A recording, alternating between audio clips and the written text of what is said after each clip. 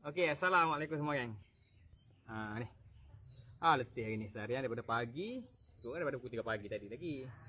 Habis tunggu sebab nak tengok kelahiran dia. Sebab kalau kerbau yang dwarf ni, dia mungkin ada songsang.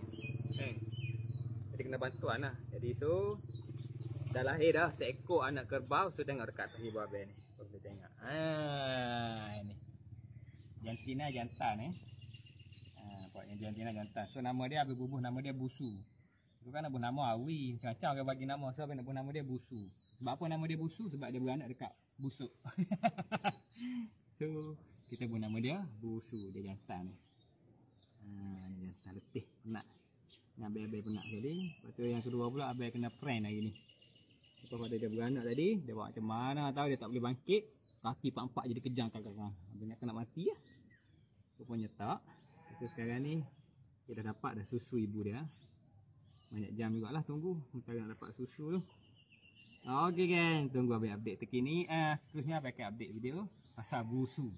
So konten abang dengan busu lah lepas ni. Esok mungkin abang akan mandi dah. Abang akan kat badan dia sikit. Dia busu comel.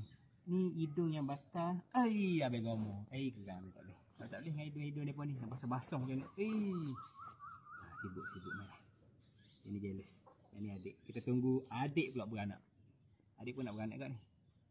Okey kan. Assalamualaikum.